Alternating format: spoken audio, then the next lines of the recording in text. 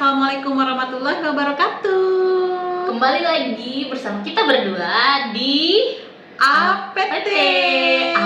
Apa tuh? Apa tuh? About Pills Talk. Oke, kali ini di episode ini kita mau ngebahas apa ya kira-kira? Apa Kak? Kalau bilang kakak gimana?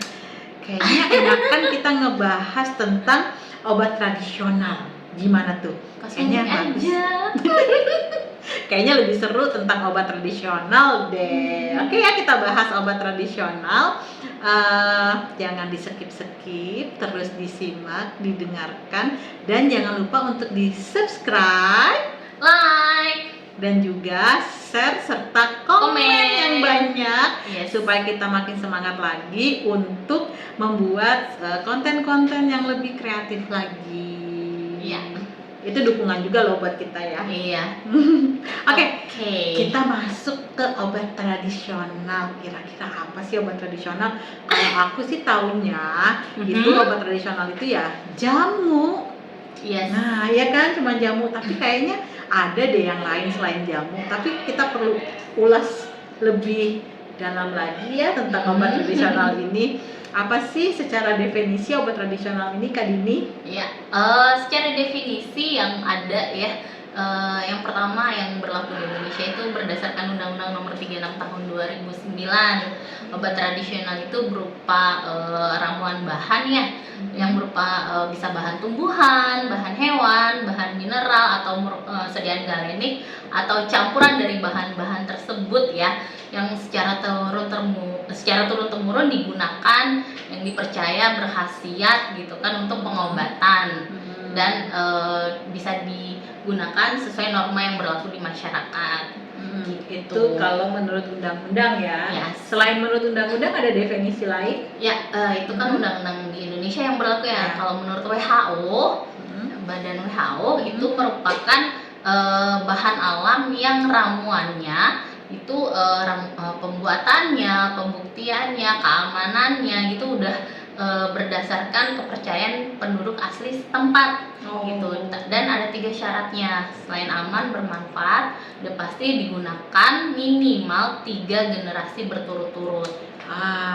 Oleh karena itu jamu itu merupakan warisan obat tradisional dari nenek moyang kita ya di Indonesia, karena penggunanya udah dari turun-temurun dari nenek moyang gitu ya. Nah, udah lebih dari 3 generasi. Udah lebih dari 3 generasi dan sampai sekarang itu juga masih populer ya untuk digunakan sebagai entah itu pengobatan ataupun suatu tindakan preventif atau pencegahan ya. Oke, itu secara definisi dari jamu gitu ya, atau dari obat tradisional ya secara spesifiknya. Nah kan tadi kita hanya tahu obat tradisional itu cuma jamu doang gitu ya.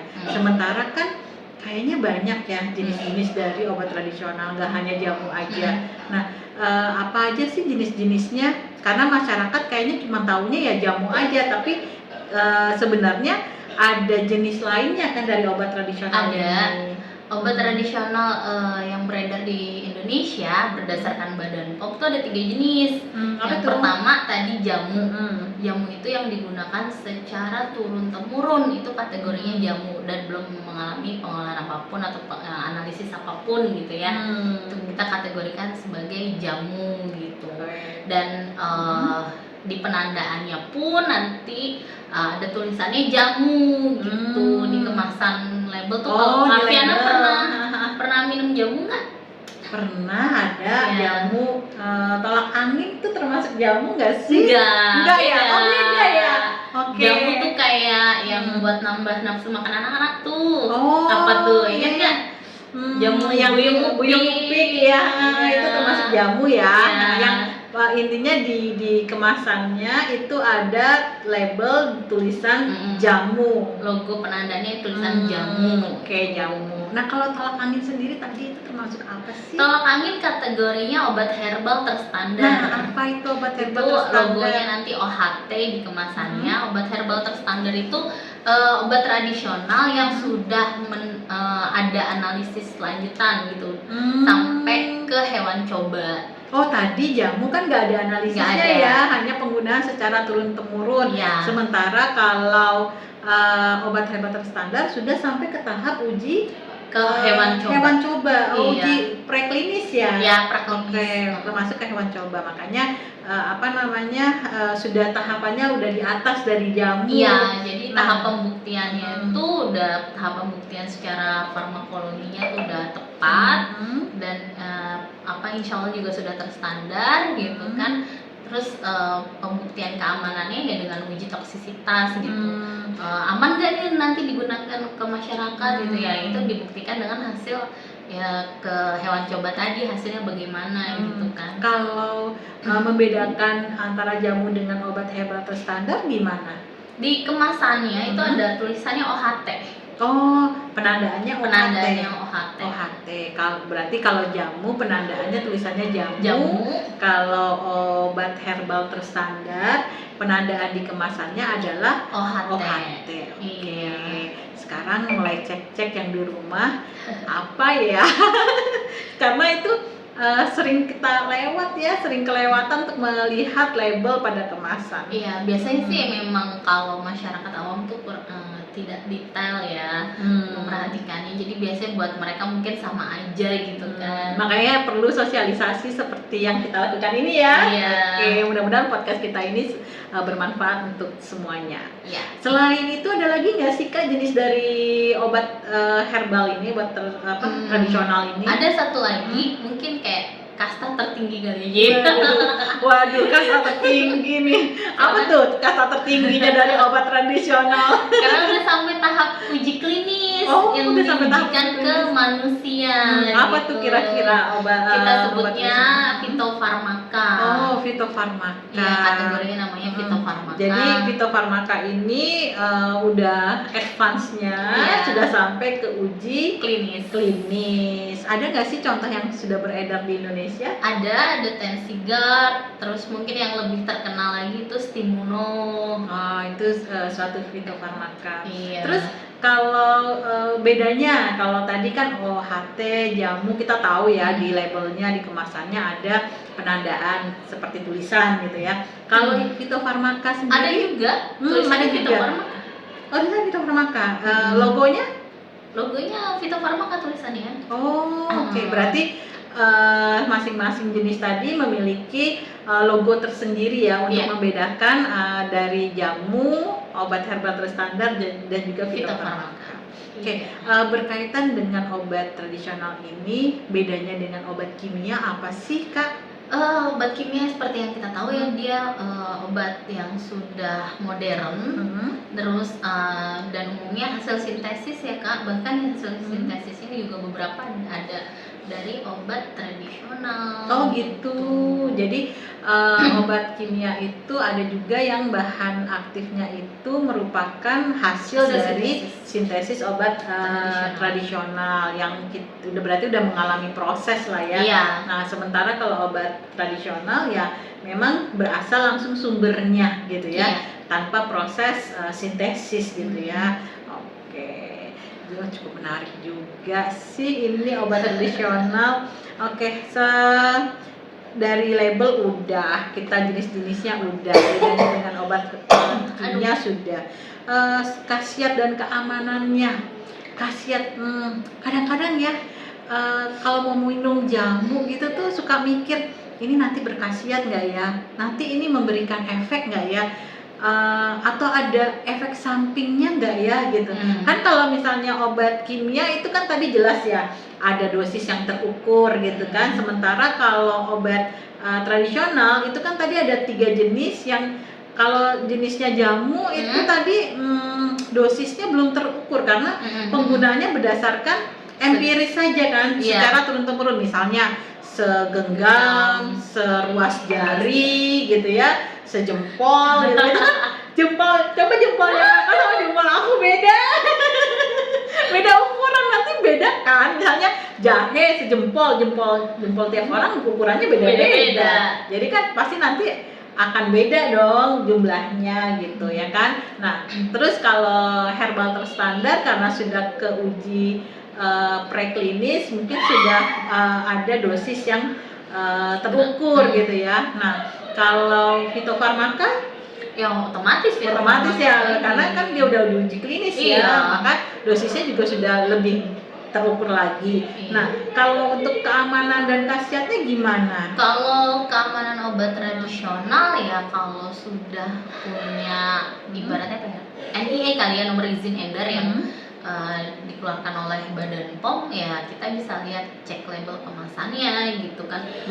Cuman kalau kayak misalnya yang beredar kayak di jamu gitu atau jamu gendong itu kita nggak tahu ya, itu kan masih kategori jamu gitu kan. Khasiat dan keamanannya itu tidak terkontrol gitu. Tapi kalau yang sudah dikemas, diproduksi oleh suatu industri obat tradisional, itu kan, nah kemasannya itu kan ada penandaan tadi ya, nanti dilihat label kemasannya gitu kan, tulisannya gimana, klaim khasiatnya, tulisannya jamu kah, OHT kah, atau fitofarmaka kah gitu. Nah nanti kalau yang sudah punya NIE otomatis nanti terdaftar tuh di Badan POM. Kita bisa cek juga di Badan POM, cek BPOM di cekbpom.pom.go.id gitu, untuk cek NIE-nya asli nggak, bener nggak gitu. Misal suatu produk A punya kategorinya misalnya jamu, nanti kan ada NIE-nya tuh, misal kode NIE-nya TR itu kan tradisional, nah plus 9 angka di belakangnya gitu kan. Nah ya bisa dicek di website Badan POM tadi gitu. Jadi kalau jamu yang sudah melalui pengolahan dan pendaftaran di pendaftaran di Badan POM sudah mendapatkan izin edar ya. Nah, dan itu bisa dicek kebenaran khasiatnya serta keamanannya. Insya Allah sih sudah terjaga kalau sudah dikemas dan dapat NIE ya gitu kan. Nanti kan di sana kemasannya juga ada nama produk ya kan, komposisi, ada aturan pakai juga gitu kan. Kemudian tanggal kadaluarsa, nomor batch-nya gitu kan. Nah tinggal kode NIE-nya aja berdasarkan jenisnya. Misal jamu depannya TR gitu, plus 9 angka di belakangnya. Nah kalau HT ya HT, kodenya HT, herbal terstandar, sama 9 angka di belakangnya. Terus ada lagi nih fitofarmaka tadi ya, FF kodenya, depannya tuh FF dan ada 9 angka.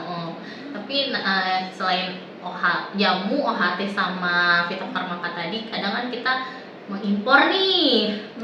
Iya kan? Impor dari luar negeri ya? Iya, atau misal dia mau memberikan lisensi gitu, misal pabrik dari misal dari Cina memberikan lisensi untuk diproduksi di pabrik di Indonesia gitu kan ya.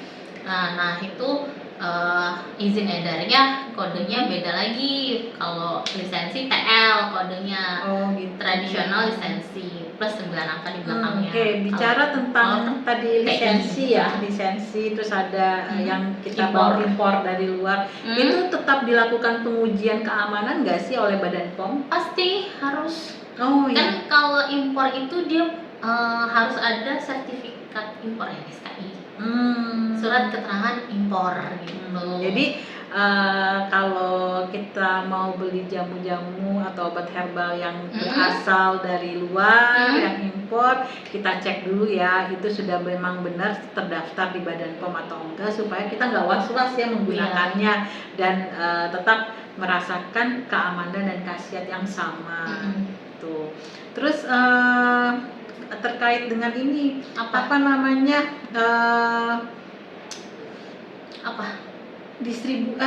samping. Distribusi, nanti kita bicara distribusinya, kita bicara efek samping dulu. Kan kalau obat kimia itu jelas ya ada efek samping gitu yang dirasakan. Misalnya kalau minum CTM misalnya ya, itu nanti efek sampingnya mengantuk. Nah itu kan jelas nih. Kalau minum jamu efek sampingnya apa? Nah itu kalau masih jamu ya, efek sampingnya kita biasanya masih gimana ya, atau obat tradisional secara general gitu, itu memiliki efek samping yang sama nggak dengan obat-obat kimia gitu? Ya pasti ya, efek samping setiap obat tuh mau tradisional mau kimia itu punya ada efek samping, misal kayak alergi gitu kan. Tiap orang tuh kan hasilnya beda. Oh, berarti masih ada kemungkinan gitu Masih ada kemungkinan jadi kayak Hmm. alergi atau mungkin nanti interaksi dengan obat lain. Nah, untuk interaksi ini juga harus harus hati-hati. Maksudnya penggunaan misal penggunaannya berbarengan dengan obat kimia itu nggak bisa bareng. Maksudnya harus dijeda 1 sampai 2 jam. Oh gitu, harus dijeda 1 sampai 2 jam Iya. untuk Antara obat kimia dengan obat tradisional untuk meminimalisir efek dari samping dan interaksi. Oh, interaksi tadi. Oke. Terus selain itu Ya, sama dosisnya juga kalau udah dikemas biasanya dosisnya lebih jelas ya. Gitu kan, misal satu saset misal 15 gram gitu, bisa sekali minum, bisa kayak 2 kali minum, itu tergantung dari labelnya gitu kan. Tapi kalau yang misalnya kayak di jamu-jamu misalnya yang di pedagang gitu misalnya ya, misalnya ada yang jual jamu itu dosisnya gimana ya? Itu terus terang sih agak sulit untuk dibuktikan ya, Kak ya. Gitu. Nah, karena kan masih empiris aja jamu kan.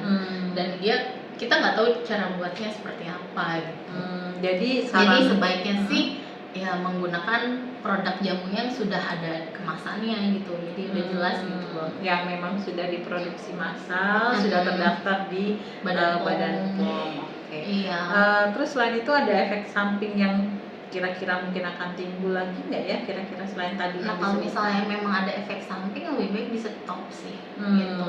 Karena kalau udah kategori jamu ya pembuktiannya masih ibaratnya pembuktiannya masih panjang gitu. Mungkin kalau obat herbal terstandar atau fitofarmaka, jika ada efek samping kan dia ada data ujinya ya, mau praklinis mau klinis itu udah ada data ujinya, bisa dilaporkan gitu kan. Kalau di obat kimia meso ya. Meso. Iya, seperti itu gitu. Tapi secara general sebenarnya kalau kita banding-bandingkan antara obat tradisional ini dengan obat kimia, mana yang lebih aman? Kalau dari sisi keamanan ya, terus terang justru masih obat tradisional. Lebih aman obat tradisional. Iya, masih jauh lebih aman obat tradisional. Gitu. Karena walaupun ada efek sampingnya cenderung lebih kecil gitu. Dan walaupun ada efek samping tadi yang mungkin bahkan hampir alergi, tidak ada. Tapi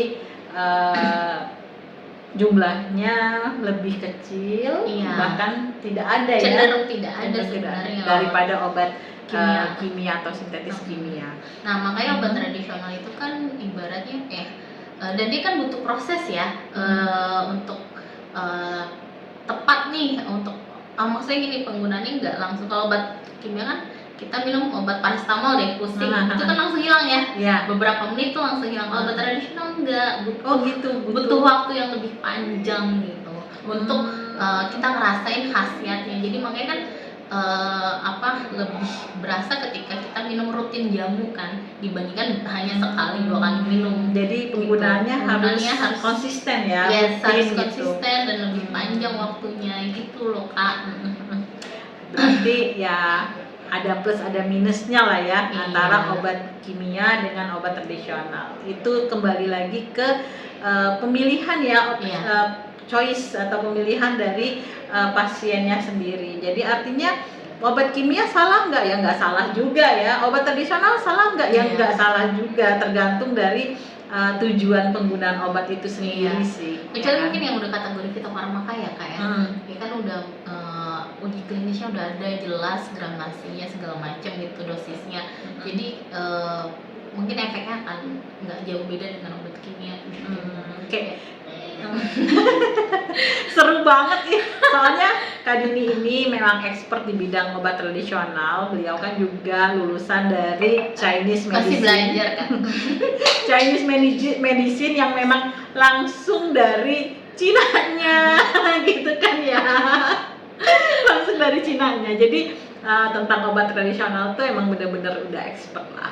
Terus terkait distribusi, gimana ya distribusi dari obat tradisional ini? Nah, sama sih ya distribusi obat mau kimia mau tradisional itu diatur oleh Badan POM gitu, nggak sembarangan juga gitu kan, dan harus ada distribusi resminya, PBF resminya lah gitu kan, pedagang besar farmasi gitu. Terus di mana kita bisa memperoleh obat tradisional yang sudah terregistrasi, kemudian terjamin juga keamanannya, keasliannya gitu. Itu di mana? Kak, di apotik kita bisa dapat di apotik, di toko obat berizin. Toko obat berizin. Oke, ada apotik atau toko obat berizin ya. Itu bisa menjadi tempat kita untuk memperoleh obat-obat tradisional, baik itu jamu, baik itu fitofarmaka ataupun obat herbal terstandar yang sudah mendapatkan izin di Badan POM.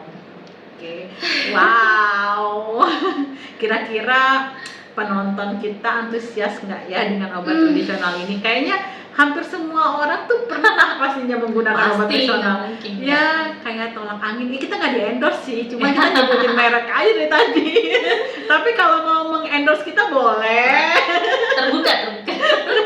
Cuma nggak di-endorse ini. Tapi seperti tadi ya, tolak angin itu salah satu brand yang kayaknya populer ya dan sering banyak digunakan, bahkan sudah sampai udah goes internasional. Jadi obat tradisional Indonesia itu tuh udah dikenal dan juga udah terkenal juga di mancanegara khasiatnya gitu. Iya, dan emang langsung nggak hanya kita nih orang Indonesia ya yang merasakan manfaatnya ya, bahkan orang bule atau waktu saya di Cina dulu ngasih temen-temen gitu juga langsung ngerasa efeknya tuh enak gitu kan, ketika ngerasa kembung atau pusing gitu kan. Tuh kan, jadi artinya cintailah produk-produk Indonesia. Iklan lagi nih. Tapi kita nggak di-endorse. Oke. Jadi tentang obat tradisional ini sudah sudah cukup populer, sudah cukup banyak digunakan. Tinggal bagaimana kita bijak menggunakan obatnya berdasarkan tujuan dari pengobatan tradisional ini. Apakah memang untuk mengobati atau untuk mencegah? Kemudian alangkah lebih baik memang kalau obat tradisional ini kita peroleh dari tempat-tempat yang memang terjamin keaslian dari obat tradisional itu. Karena kan banyak juga ya kasus-kasus yang berkembang obat tradisional ini yang dicampur dengan bahan kimia gitu ya. Nah, itu kan dulu sempat marak gitu. Maksudnya sempat booming gitu, jamu tapi mengandung obat kimia gitu. Itu emang dilarang.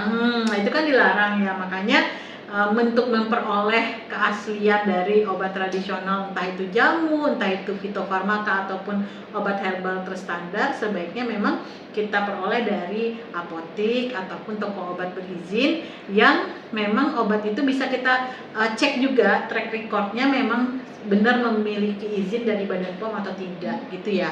Sebaiknya sih memang seperti itu yang kita lakukan. Jadi konsumen yang cerdas. Yes. Jadi konsumen yang cerdas. Oke, terima kasih sudah tidak skip mendengarkan podcast kita, obrolan kita seputar obat tradisional ini. Jangan lupa untuk selalu subscribe, like, share dan juga komen supaya kita lebih semangat lagi untuk membuat konten-konten yang lebih kreatif. Mudah-mudahan apa yang kita sajikan pada hari ini, pada episode ini bermanfaat, menambah wawasan dan juga pengetahuan bagi kita semua. Gak hanya kita berdua, tapi juga untuk para penonton setia podcast about Pills Talk. APT. Oke, sampai ketemu lagi di episode berikutnya. See you. Wassalamualaikum warahmatullahi wabarakatuh. Bye.